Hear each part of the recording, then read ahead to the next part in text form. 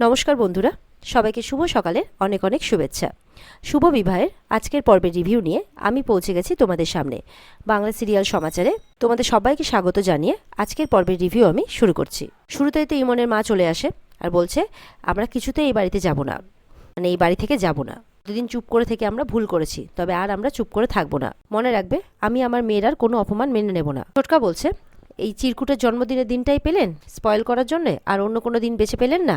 তখন বলছে, আমরা কোনো পার্টি স্পয়েল করতে আসিনি, আমরা পার্টিসিপেট করতে এসেছি। কিন্তু কেন এসেছি সেটা আর কেউ না বুঝলেও তেজ ভালো করেই বোঝে। তেজ বলছে, আপনাদের এই ফালতু কথা শোনার টাইম না আমাদের কাছে নেই, ঠিক আছে?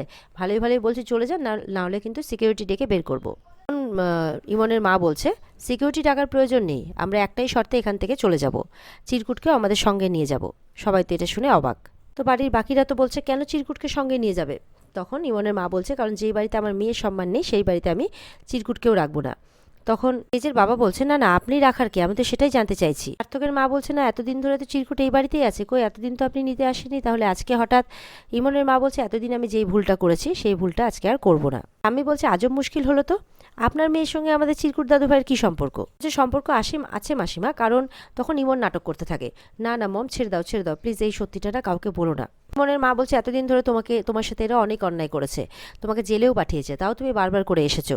তো তোমার যে এই স্যাক্রিফাইস, এই ত্যাগ, এগুলোর বিনিময়ে তোমাকে এরা আপন করে নেবে, কিন্তু করেছে কি, করেনি তো। আজকে যদি আমরা সত্যিটা না বলি তাহলে ওরা কিছুতেই চিরকুটকে আমাদের সঙ্গে যেতে দেবে না। তুমি তো বুঝতেই পারছো, এই বাড়ির এই মানুষগুলো এই বাচ্চাটাকে মানুষ করার যোগ্যই নয়। সুতা বলছে, আমরা যোগ্য না অযোগ্য এই সিদ্ধান্ত নেওয়ার আপনারা কে? তেজ বলছে, আমি লাস্ট ওয়ার্নিং দিচ্ছি, আজে বাজে কথা না বলে বেরিয়ে যান এখান থেকে। তখন ইমনের মা বলছে, যাব না, আজ আমি সত্যি না বলে কিছুতেই যাব না। মানে এমন জোর গলায় বলছে না, সত্যি সত্যি বলছে। ইমনের মা বলছে, আজকে আমি আপনাদের সবাইকে একটা চরম সত্যি জানাবো। কি জানেন? আপনাদের এই নাতি তেজ বসু মল্লিক আপনাদেরকে 10 বছর, মানে বিগত 10 বছর ধরে একটা সত্যি গোপন করে গেছে। তখন তো তেজ মনে মনে বলছে, এটা কোন সত্যির কথা বলছে, তাহলে চিরকুটের সত্যির কথাটা বলে দেবে না তো? কিন্তু তেজ এটা জানে না যে ওরা সেই সত্যিটা বললেও সেটাকে এমন ঘুরিয়ে পেঁচিয়ে বলবে যে তেজই ফেসে যাবে। তেজের বাবা বলছে যে, আপনার এই সমস্ত কথাবার্তা শুনে না আমার কান মাথা পুরো ঝালাপালা করছে। এরপর ইমনের মা বলছে, তবে শুনুন, এই চিরকুট কোনো কুড়িয়ে পাওয়ার ছেলে নয়, ও হচ্ছে, ওর শরীরে এই বসু মল্লিক পরিবারেরই রক্ত বইছে। এটা শুনে কিন্তু সবাই জাস্ট অবাক হয়ে যায়, মুখে কোনো কথা নেই। কিন্তু একটাই কথা, মানে রেশমি বলছে যে, কি বলছে, চিরকুটের শরীরে এইবারই রক্ত বইছে? তখন তেজ বলছে যে, চিরকুটকে নিয়ে আর বাচ্চাদের নিয়ে তুমি ঘরে যাও রেশমি। তেজ বলছে, এসব কি যাতা বলছেন? তখন করিনিকা বলছে, কেন ভয় পেয়ে গেলে তেজ? ঠাম্মি বলছে, এসব করিনিকা কি উল্টোপাল্টা কথা বলছে?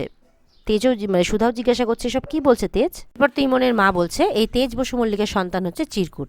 এটা শুনে কিন্তু সবাই একদম হতভম্ব হয়ে যায়। তেজের মা বলছে, অসম্ভব, এটা হতেই পারে না, এটা ডাহা মিথ্যে কথা। তো ইমন তো বলছে যে, তোমার রক্ত বইছে চিরকুটের শরীরে। তখন তেজ তো ইমন বলে চিৎকার করে ওঠে, বলে চিৎকার করলেই সত্যিটা পাল্টে যাবে না, ও হচ্ছে তোমার আর আমার ভালোবাসার চিহ্ন। তুমি তো ওকে অনাথ আশ্রমে ফেলে আসতে পারতে, কিন্তু না, তুমি ওকে নিজের সঙ্গে করে নিয়ে এসেছো। টুম্পা মনে মনে বলছে, এতদিন তো সব দোষ আমাকে দিয়েছো, এবার তুমি বুঝবে বিগ লার্ন সিস্টার। আর ওদিকে মেচকা আর সার্থকের মা মিলে বলছে, বাবা এই তো দেখছি হালকা ঝামা ঘষে দিল মুখে। আর তেজের কথা বলছে, তেজকে নিয়ে এত গর্ব, সেই তো দেখছি সম্মান রাখলো না, ভালো খেলা পুরো জমে উঠেছে, এইভাবে বলছে। ঠাম্মি বলছে, না, আমার দাদুভাই এরকম কাজ করতেই পারে না। তুমি কি মনে করছো ইমন, যে তুমি যা বলবে তাই আমাদেরকে বিশ্বাস করতে হবে? কেন কেন কেন তোমাকে বিশ্বাস করবো কেন? আমরা আমাদের দাদুভাইকে চিনি না? তেজ তো একদম চিৎকার করে উঠছে, তুমি বাড়ির থেকে বেরিয়ে যাও, একদম এসব মিথ্যে কথা বলতে যাবে না। তখন ইমন বলছে, কি করবে, পুলিশ ডাকবে? ডাকো ডাকো, পুলিশ ডাকো, আমি তখন সত্যি কথা চিৎকার করে বলবো পুলিশকে। তেজের বাবা বলছে, না, আমাদের তেজ এরকম কাজ করতেই পারে না। ইমন বলছে, তোমরা আমার সন্তানকে আমার কাছ থেকে 10 বছর দূরে ঠেলে রেখেছো, আমার কোল খালি করে রেখেছো। ইমন তো এবার কাহিনী বলতে শুরু করেছে, তেজকে আমি স্কুল লাইফ থেকে ভালোবাসতাম, তারপরে আমরা একসাথে একই কলেজে ভর্তিও হই, তারপরে আমাদের মধ্যে আস্তে আস্তে ভালো লাগা জন্মাতে থাকে, তারপরে একদিন আমরা একসাথে হই। তো তারপরে তেজ হঠাৎ করে ব্যাঙ্গালোর চলে যায় 1 বছরের জন্যে। আর আমি কি করব তখন ভেবে না পেয়ে 1 বছরে চুপ করে সবার আড়ালে গিয়ে আমি চিরকুটের জন্ম দিই। তারপরে যখন তেজ ফিরে এসে সত্যিটা জানতে পারে, তখন ও মানে কোলে করে এই বাড়িতে ওকে নিয়ে আসে। আমি আমার কাছে রাখতে পারতাম, কিন্তু তেজ বলেছিল ও সবার সঙ্গে সবার আদর পেয়ে বড় হলে ভালো হবে, মানে ভালো মতো করে মানুষ হবে। তাই আমি বুকে পাথর রেখে তেজের সাথে ওকে ছেড়ে দিই। তেজ তো এসব শুনে অবাক, সমানে মানে এরকম একটা দেখাচ্ছে যে সত্যি ইমন যে এরকমভাবে নিচে নামতে পারে এটা সে কল্পনাও করতে পারছে না, তার মানে তেজের অঙ্গি ভঙ্গিতে বোঝা যাচ্ছে। তারপরে ইমন বলছে, আজকে যখন তেজ সুখে শান্তিতে সংসার করছে তখন আমি কেন চুপচাপ থাকবো, আমার কোল কেন খালি থাকবে? আজকে আমিও তাই আমার সন্তানকে নিয়ে যাব। এই বলে যখন নিতে যাচ্ছে চিরকুটকে, তখন সুধা কষিয়ে একচর মারে, বলে, তেজের সম্পর্কে তুমি কেন, স্বয়ং ভগবান এসে বললেও আমি বিশ্বাস করব না। তখন ইমনের মা বলছে তাই বুঝি, তাহলে নাও ছবিগুলো দেখো। তখন চিরকুটের ছোটবেলার ছবিগুলো দেখাচ্ছে, বলে এবার তো বিশ্বাস করো, নাহলে এর থেকেও বড় প্রমাণ নিয়ে আসবো। আর তার থেকেও বড় প্রমাণ কি জানো, তেজের চুপ করে থাকাটা। তখন সুধা আর ঠাম্মি তেজকে সমানে প্রশ্ন করে যাচ্ছে যে তুমি চুপ কেন। সুধা বলছে ঠাম্মি সংস্কারের বিরুদ্ধেও প্রশ্ন উঠছে, তুমি চুপ করে কেন আছো বলো, এই বাড়ির মান সম্মানের উপরে প্রশ্ন উঠছে। ঠাম্মিও বলছে তুমি চুপ কেন দাদুভাই, তুমি কথা বলো, সত্যিটা বলো সবাইকে। কিন্তু তেজ চুপ করে দাঁড়িয়ে আছে। মেচকা বলছে যে তাই তো, তেজ চুপ করে আছে কেন, তার মানে ইমন যা যা বলছে সবই ঠিক, আর বছর হিসেব করে দেখলে তো সব কিছু খাপে খাপে মিলিয়ে যাচ্ছে একেবারে, তার মানে ইমন সত্যি কথাই বলছে। তখন তেজ বলছে মেচকা তুমি অন্তত পক্ষে এই কথাটা বলো না, তুমি আমাকে যে জ্ঞানগুলো দিচ্ছ তুমি নিজে এই বাড়ির শিক্ষা মেনে চলেছো তো এতদিন। কে বলছে কি বলতে চাইছিস তুই। তেজ তখন হাসছে। ইমন বলছে কি আর বলবো, কিছু বলারই নেই, কারণ সত্যি এটাই যে চিরকুটের মা আমি। এবারে তো ইমন বলছে যে আমি আজকে আমার ছেলেকে নিয়ে যাব। চিরকুট কোথায় তুমি, এইভাবে যখন ডাকছে তখন তেজ মানে ইমনের হাত ধরে সবার সামনে থেকে ইমনকে ওপরে নিয়ে যায় নিজের ঘরে। এরপর তেজ ইমনের সাথে কথা বলছে যে আমাদের মধ্যে এরকম কোনোদিনও সম্পর্ক হয়নি, হওয়ার আগেই সব শেষ হয়ে গেছে, তাহলে কেন তুমি মিথ্যে কথা বলছো। ইমন তো হাসছে যে হ্যাঁ আমি যখন মিথ্যে কথা বলছি এটা তো সত্যি আমি মিথ্যে কথা বলছি, কারণ আমাদের মধ্যে সত্যি ওরকম সম্পর্ক হয়নি, তুমি কোনোদিনও আমাকে ছুঁয়েই দেখোনি, তাহলে আমাদের সন্তান হবে কি করে। কিন্তু তাহলে সত্যি কথাটা তুমি সবার সামনে গিয়ে বলে দাও যাও। কিন্তু তেজ তো সত্যি কথাটা বলতে পারবে না, চুপ করে আছে।